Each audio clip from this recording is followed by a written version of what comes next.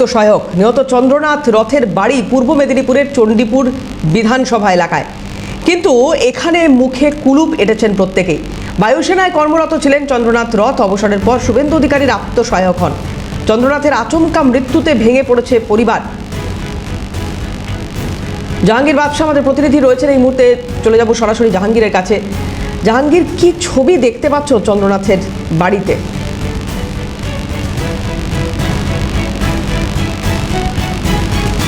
দেখাতে পারে যে একটু সংশোধন করে দিই। এই গ্রামটির নাম হচ্ছে কুলুপ, পূর্ব মেদিনীপুর জেলার চণ্ডীপুর থানার চণ্ডীপুর বিধানসভার কুলুপ গ্রাম, যেখানে চন্দ্রনাথ রথ মহাশয়ের বাড়ি। ইতিমধ্যেই আমি সেই বাড়ির সামনেই দাঁড়িয়ে আছি। এলাকায় শোকের ছায়া নেমে এসছে। তো এলাকার প্রতিবেশী আত্মীয় সবাই তারা ভিড় জমাচ্ছেন। চন্দ্রনাথ রথের মা যিনি আছেন তিনি ঘন ঘন মুখ যাচ্ছেন। এলাকায় কিন্তু একটা চাপা উত্তেজনাও তৈরি হয়েছে। তার কারণ এই চন্দ্রনাথ বাবু কিন্তু সক্রিয়ভাবে রাজনীতির সঙ্গে যুক্ত ছিলেন না, এবং তিনি সবসময় শুভেন্দু অধিকারীর সঙ্গে থাকতেন। এবং তিনি যখন বিরোধী দল রয়েছেন শুভেন্দু অধিকারী, সেই থেকে তিনি তার কাজে সাহায্য করতেন এবং বিভিন্ন জায়গায় তিনি ছুটে যেতেন। সক্রিয় রাজনীতিতে তাকে দেখা যায়নি। সেই আক্রোশে খুন কিনা না অন্য কোনো কারণ খুন কিনা, সেটি এখন দেখার বিষয়। আমার সঙ্গে একজন আছেন প্রতিবেশী, আমি জানার চেষ্টা করবো এই গ্রামে এখন কি অবস্থা। তার বাড়ির সামনে কিন্তু প্রচুর মহিলা, পুরুষ, শিশু মিলে ভিড় জমেছেন। জানার চেষ্টা করবো। দাদা, শম্ভুদেবনাথ, একটা সবার মনের মধ্যে একটা শোকের ছায়া নেমে এসছে, এবং উনি সবার কাছে গ্রহণযোগ্য ছিল এবং সবার প্রিয় ছিল। তাই এত মানুষের ভিড়, এবং তার সঙ্গে উনি রাজনীতিতে সরাসরি না থাকলেও পিছন থেকে উনি যে সহযোগিতা করতেন তারই ক্ষতিপূরণ দিতে হলো, বা তার প্রতিদান ওনাকে দিতে হলো মধ্যে দিয়ে। আমরা চাইছি যে শাস্তি চাইছি, যারা এই ঘটনাটা ঘটালো তার চরম শাস্তি আমরা দাবি করছি, এবং দোষীদের যেন দ্রুততার সঙ্গে গ্রেপ্তার করা হয় সেই আশাই রাখছি আমরা।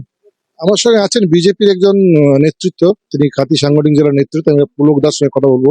দীর্ঘদিন ধরে কিন্তু বিজেপি করে আসছেন, একদম বিজেপির জন্মলগ্ন থেকে বিজেপি করে আসছেন। আমি কথা বলে জানার চেষ্টা করবো ঠিক কি ঘটেছিল এবং কেন ঘটেছিল, বা চন্দ্রনু এলাকায় কত জনপ্রিয় ছিলেন এবং এলাকার প্রচুর মানুষের তিনি সেবা করতেন, না সামনের দিক থেকে হোক বা পিছন দিক থেকে হোক।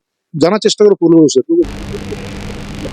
অপূরণীয় ক্ষতি হলো শুধু মানে চণ্ডীপুর পুরো এলাকার মানুষজন। নতুন সরকার আসার প্রাক মুহূর্তে উনিও যেমন স্বপ্ন দেখেছিলেন, এই এলাকার বহু মানুষ ওনাকে অবলম্বন করে যে চণ্ডীপুরের ডেভেলপমেন্ট হবে, যেহেতু আমাদের এই মেদিনীপুর জেলা থেকে মুখ্যমন্ত্রী হওয়ার সম্ভাবনা রয়েছে, সে জায়গায় এরকম একটা সদাহাস্য যুবক, সদা পরোপকারী, যেখানে যে কোনো প্রতিষ্ঠান, যে কোনো ব্যক্তি আর্থের সহায় প্রতি মুহূর্তে সহযোগিতা করতো, তার যতটুকু সামর্থ্য ছিল সেটা দিয়ে করতো। কিন্তু এভাবে ঘটনা ঘটবে আমরা কেউ কল্পনা করতে পারিনি।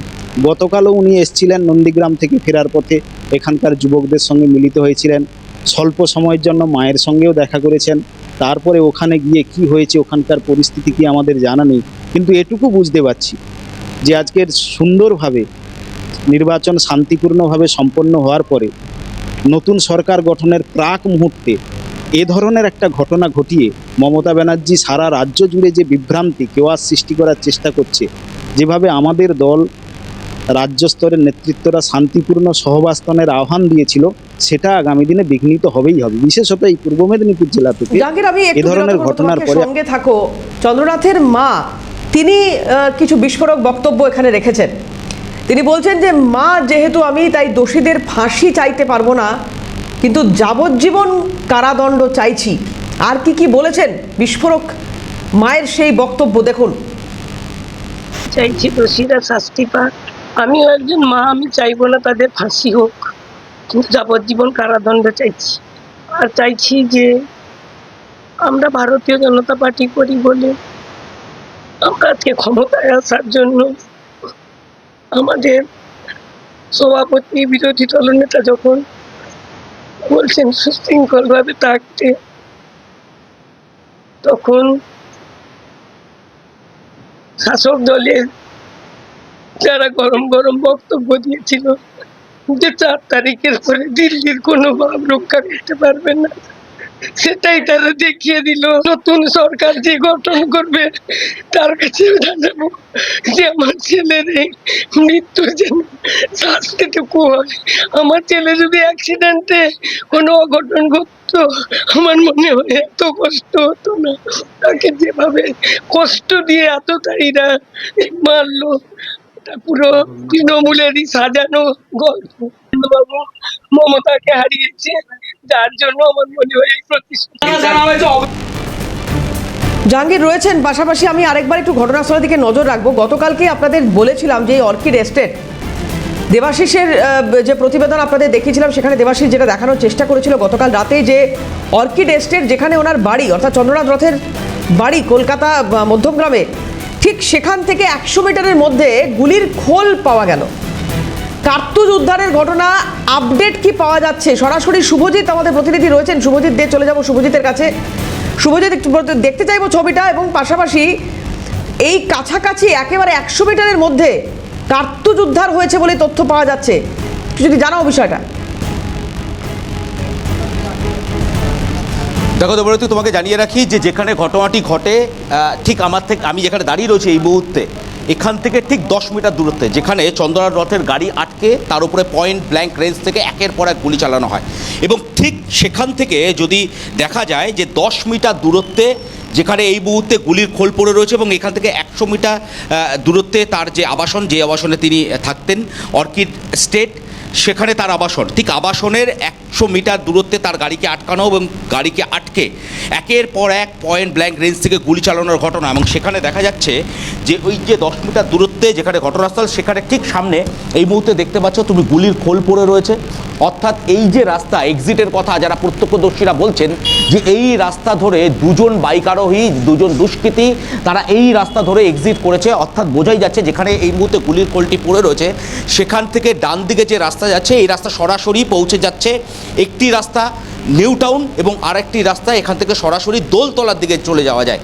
সেক্ষেত্রে এই রাস্তা ধরে এই দুষ্কৃতীরা এক্সিট করতে পারে এমনটাই মনে করা হচ্ছে। এর আগেও আমরা যেমনটা জানাচ্ছিলাম যে যারা প্রত্যক্ষদর্শীরা যারা জানাচ্ছেন যে দুটি বাইকে করে একটি বাইক সরাসরি যশোর রোডের দিকে চলে যায়, এই দোয়ারিয়া রোড ধরে একেবারে যশোর রোডের দূরত্ব 200 মিটার হবে, আর তারপরে আরও একটি বাইক, যে বাইকে করে দুজন দুষ্কৃতী যারা এই রাস্তা ব্যবহার করেন এবং এই রাস্তা ব্যবহার করে সরাসরি তারা এখান থেকে এক্সিট করেন। অর্থাৎ এখান থেকে দুটি পথে দুষ্কৃতীরা এক্সিট করেছিল বলে প্রত্যক্ষদর্শীরা যারা দেখতে পেয়েছেন, এবং এখান থেকে একেবারে যেখানে গুলির খোল পড়ে রয়েছে এই মুহূর্তে কোনো সিসিটিভি কি রয়েছে এখানে? এবং দেখো দেবরাতি, আশেপাশে যে সমস্ত সিসিটিভি রয়েছে সেই সমস্ত সিসিটিভির ফুটেজ যেগুলো ইতিমধ্যে জেলা পুলিশের তরফ থেকে গতকাল রাত্রেই সংগ্রহ করা হয়েছিল, যেখানে ঘটনাস্থল তার আশেপাশে থাকা সিসিটিভি, এবং শুধু তাই নয় ঘটনাস্থলের আশপাশের যে সমস্ত সিসিটিভি তুমি দেখতে পাচ্ছ, দোকানের বাইরে বেশ কিছু সিসিটিভি রয়েছে। এই যে সিসিটিভিগুলি এই সিসিটিভির যে ফুটেজ, সেই ফুটেজ কিন্তু ইতিমধ্যে সংগ্রহ করেছে জেলা পুলিশের আধিকারিকেরা, এবং তারা খতিয়ে দেখতে চাইছেন যে কোন পথে মূলত এক্সিট করেছে। এই যে গোটা ঘটনা চন্দ্রনাথ রথকে গুলি চালানোর মতন ঘটনা এবং তার পরবর্তীতে এক্সিট করা কোনো সাধারণ ক্রিমিনালের কাজ নয়, এমনটাই কিন্তু মনে করা হচ্ছে পুলিশের তরফ থেকে। এবং শুটার বা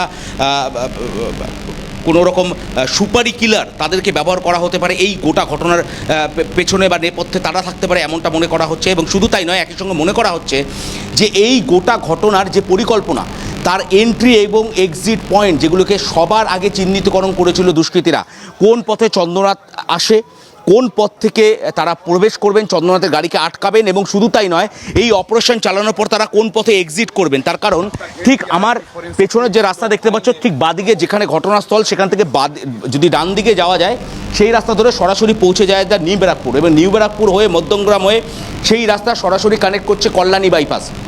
অর্থাৎ সেখান থেকে নদিয়া পৌঁছে যাওয়া যেতে পারে, অথবা কল্যাণী বাইপাস ধরে অন্য রাস্তা। বিষয় শুভজিৎ, এখানে একটু জানার চেষ্টা করব তোমার কাছ থেকে। দুটো গাড়ি এখানে ব্যবহার করা হয়েছে এই হত্যার ঘটনায়, একটা 4 চাকার গাড়ি, একটা 2 চাকার গাড়ি। 2 চাকার গাড়ি নিয়ে পালানো সম্ভব, দ্রুত এক জায়গা থেকে অপর জায়গায় পৌঁছে যাওয়া যায়। 4 চাকা গাড়িটি এখানে রেখে যাওয়ার এটা কি কারণ হতে পারে যে খুব বেশি দূরত্ব তারা যায়নি, খুব দূরত্ব যদি বেশি তারা যেত তাহলে হয়তো তাদের বেশি মাইলেজ যুক্ত বড় গাড়ির দরকার হতো। কম মাইলেজ যুক্ত ছোট বা দু চাকার গাড়ি এক্ষেত্রে ব্যবহার করার পেছনে এরকম কোনো কারণ কি রয়েছে যে তারা রাজ্যের মধ্যেই কোথাও থাকছে, গা ঢাকা দিয়ে থাকছে, বা পড়শি কোনো রাজ্যে যেতে পারে, পড়শি দেশে নয়? দেবরাতী, তুমি যদি এর আগে একাধিক যে শুট আউটের ঘটনার দিকে নজর রাখো, সেক্ষেত্রে দেখা যাবে দুষ্কৃতীরা সাধারণত এক্সিট পয়েন্ট এবং এন্ট্রি পয়েন্ট তারা ব্যবহার করে থাকেন। এবং এক্ষেত্রে দুটি বাইকের কথা যারা প্রত্যক্ষদর্শীরা রয়েছেন তারা জানাচ্ছেন যে দুটি বাইক ব্যবহার করা হয়েছিল, তিনজন ব্যক্তি, তিনজন দুষ্কৃতী। আচ্ছা, তারা ঠিক এখান থেকে তার মানে মোট 3টে গাড়ি ব্যবহার করা হয়েছে, একটা 4 চাকার গাড়ি এবং 2টো বাইক। তাহলে মোট কতজন দুষ্কৃতী ছিল সেইটা কি কেউ আন্দাজ করতে পারছে? দেখো, যেটা প্রত্যক্ষদর্শীরা জানাচ্ছে, যেমনটা তোমাকে আমি বলছিলাম দেবরতী, যে যেমনটা প্রত্যক্ষদর্শীরা জানাচ্ছেন যে গাড়ি দিয়ে চন্দ্রনাথ রথের গাড়িকে আটকানো হয়, সেই গাড়িটি যখন পৌঁছায় চন্দ্রনাথ রথের গাড়ির সামনের অংশে ব্লক করা হয় এবং চন্দ্রনাথের গাড়িটি যে পাশের কোনো অংশ থেকে এক্সিট করতে পারবে, পালিয়ে যেতে পারবে, তার কোনো অপশান কিন্তু এই ক্ষেত্রে এই রাস্তায় নেই। তার কারণ যেখানে আটকানো হচ্ছে সেখান থেকে ডান দিক বা বাদিকে কোনো রকমভাবে বেরোনোর কোনো এক্সিট পয়েন্ট নেই। শুধু তাই নয়, একই সঙ্গে এই রাস্তা, যে রাস্তায় আমরা এই মুহূর্তে দাঁড়িয়ে রয়েছি, এখানে দ্রুততার সঙ্গে গাড়ি ঘুরিয়ে সেই গাড়ি নিয়ে পালিয়ে যাওয়ার সম্ভাবনাও কিন্তু অনেকটা কম। যে কারণে বড় গাড়ি দিয়ে প্রথমে ব্লক করা এবং সেখানে থাকা, ঠিক আমার পেছনে থাকা যে আবাসন, সেই আবাসনের সামনে দুটি বাইক, তাতে 3জন আরোহী, 3জন দুষ্কৃতী। মনে করা হচ্ছে তারা দীর্ঘক্ষণ সেখানে অপেক্ষা করছিলেন। চন্দ্রনাথের গাড়িকে আটকানোর পরেই তারা গুলি করতে শুরু করে একেবারে পয়েন্ট ব্ল্যাঙ্ক রেঞ্জ থেকে। এবং শুধু তাই নয়, একই সঙ্গে যে গাড়ি দিয়ে স্পষ্ট হচ্ছে না, মোটিভ সম্পর্কে কি কেউ কিছু বলতে পারছেন, বা এখনই কি মুখ খুলছেন তদন্তকারীরা? কিছু বুঝতে পারা যাচ্ছে? দেখো, তদন্তকারীরা অথবা রাজনৈতিক কোনো প্রতিক্রিয়া এই বিষয়ে কিন্তু এখনো পর্যন্ত মেলেনি। কেন চন্দ্রনাথ রথকে খুন করা হলো? কেন বলছি শুভজিৎ, আমরা কিছুক্ষণ আগে চন্দ্রনাথের মায়ের একটা প্রতিক্রিয়া চালাচ্ছিলাম। উনি বলছেন যে এটার পেছনে রাজনীতি রয়েছে, একদম স্পষ্টভাবে একথা বলছেন যে আমরা বিজেপি করি এবং সেই কারণেই আমাদেরকে এইরকম একটা পরিস্থিতির মধ্যে পড়তে হলো, আমার ছেলেকে খুন করা হলো। মা কিন্তু বলছেন এর পেছনে রাজনীতি রয়েছে, মোটিভ এটা মায়ের দাবি। দেখো, এখনো পর্যন্ত যারা দুষ্কৃতী তাদেরকে চিহ্নিতকরণ করা যায়নি।